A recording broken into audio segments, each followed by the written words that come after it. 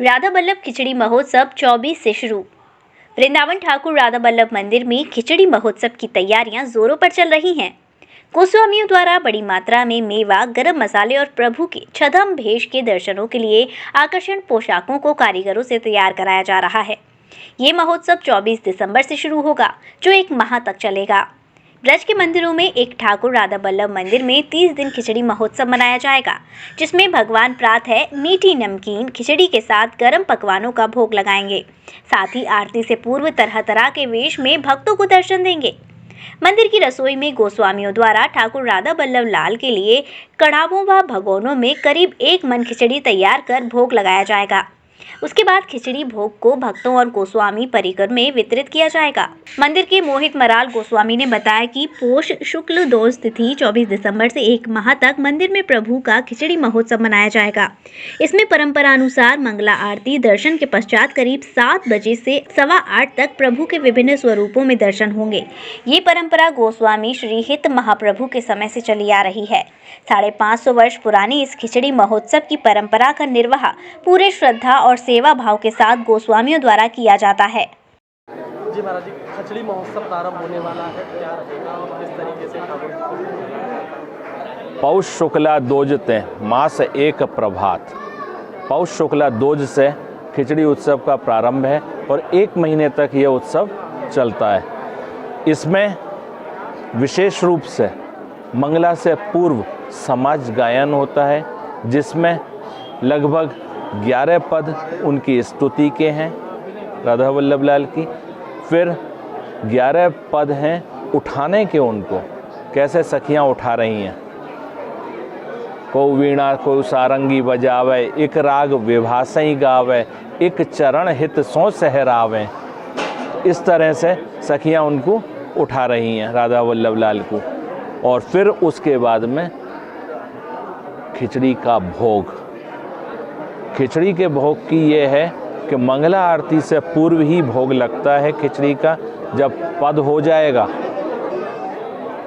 सारे पद हो जाएंगे भोग के, तो उसमें ये आएगा, चलो चलो चलो सखी देखें दो जय चुके जय चुके जय चुके। जब ये लाइन आएगी तब पट खुलेंगे और फिर मंगला आरती होगी। महाराज जी, जो खिचड़ी जो प्रसाद जो बनता है उसमें किन किन सामग्री होती है? देखो, दाल और चावल तो है ही हैं, उसके अलावा उसमें जितनी दाल चावल उतना ही घी, उतनी मेवा और गरम चीज़ें जायफल जावित्री, इनका सबका प्रयोग होता है। कहने के लिए खिचड़ी है, खिचड़ी के संग में 50 आइटम और रहते हैं और सामग्रियां रहती हैं 50। ऐसा कहा जाता है खिचड़ी महोत्सव के महीने भर पहले से ही इसकी तैयारी प्रारंभ हो जाती है। हाँ जी, क्योंकि ये दाल चावल मसाले सब हमारे यहाँ पक्के आते हैं और सब मसालों को यहीं पे मंदिर में साफ़ करके पीसा जाता है। साबुत मसाले बाज़ार से लेके, वो भी पहले तो मसाले चेक होंगे जगह जगह दुकानों से कहाँ पे बेस्ट है। महाराज जी, जैसा कि ब्रज में कहावत है कि कान्हा को ठाकुर को माखन मिश्री का भोग लगाया जाता है, लेकिन राधा वल्लभ लाल खिचड़ी का भोग लगाते हैं। इस परंपरा को सुनकर देश विदेश के श्रद्धालु अचंभित भी होते हैं। आखिर ऐसी क्या देखो, ये कहने के लिए खिचड़ी है, ये अपने आप में इतनी गरिष्ठ है। हमारे यहाँ आयुर्वेद के हिसाब से सर्दी के मौसम में भोजन ज़्यादा होता है, आयुर्वेद के हिसाब से ज़्यादा करना चाहिए, क्योंकि हमारी दावाग्नि यानी कि पाचन की शक्ति बढ़ जाती है। उसमें एक से एक हैवी से हैवी चीज़ भी हम पचा सकते हैं। गर्मियों में हमें लिक्विड ज़्यादा चाहिए, हल्की चीज़ें ज़्यादा चाहिए।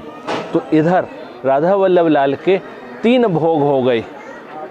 सुबह मंगला में खिचड़ी भोग, दोपहर में राजभोग और शाम को रात्रि में शयन भोग। ये विशेष, तो यानी कि जब सुबह ही गरिष्ठ चीज़ अंदर जाएगी तो पूरे दिन गरमाई बनी रहे।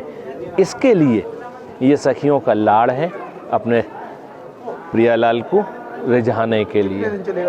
ये 1 महीने चलता है और इसमें इसके संग में कुलिया रहती है, जिसमें रबड़ी रहती है, चिपिया बोलते हैं जिसमें श्रीखंड होता है। उसका भी बाज़ार का श्रीखंड और यहाँ के श्रीखंड में बहुत अंतर है। यहाँ की चिपिया जो है वो चाटते रह जाएं लोग, वो सब इस महोत्सव में समाज गायन होता है, पद गायन होते हैं, वो किस प्रकार के पद होते हैं? एक पद का गायन आपके द्वारा बता दीजिए।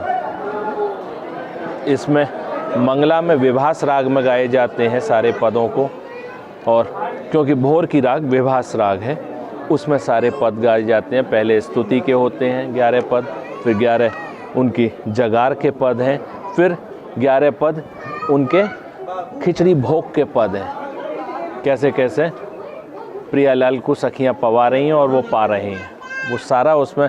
हाँ, अगर उन पदों को अगर हम पहले से पढ़ के और समझ के आएँ तो जो ऐसा लगे साक्षात दर्शन हो रहे हैं अंदर, पट के अंदर से वो चीज़ आपको महसूस हो रही है कि अंदर क्या लीला चल रही है पदों के माध्यम से। वो तो पद क्या हैं, ये वाणियाँ क्या हैं, रसिकों ने जो चीज़ देखी अपनी आँखों से वो हमारी सुविधा के लिए लिपिबद्ध कर गए हैं, वो कि हम उसका और आनंद लें। ये कोई कवि के पद नहीं है, इसलिए किताब नहीं है, ये वाणी बोली जाती हैं जो उनके मुख से निकली हुई हैं। उनकी लीलाओं को ही उन्होंने लिपिबद्ध किया है, इसलिए वो वाणियाँ हैं। City super speciality hospital, Govardhan चौराहा और city care hospital, township, Mathura. अब सुपर स्पेशलिटी सुविधाओं के लिए दिल्ली एनसीआर और आगरा जाने की जरूरत नहीं। Cardiology, neurosurgery, medicine, ortho gastro surgery, plastic surgery, critical care and pain management जैसी सभी सुविधाएं अब एक ही छत के नीचे। CT scan, cath lab, endoscopy, MRI जैसी सभी आधुनिक मशीन सिटी हॉस्पिटल में ही उपलब्ध हैं।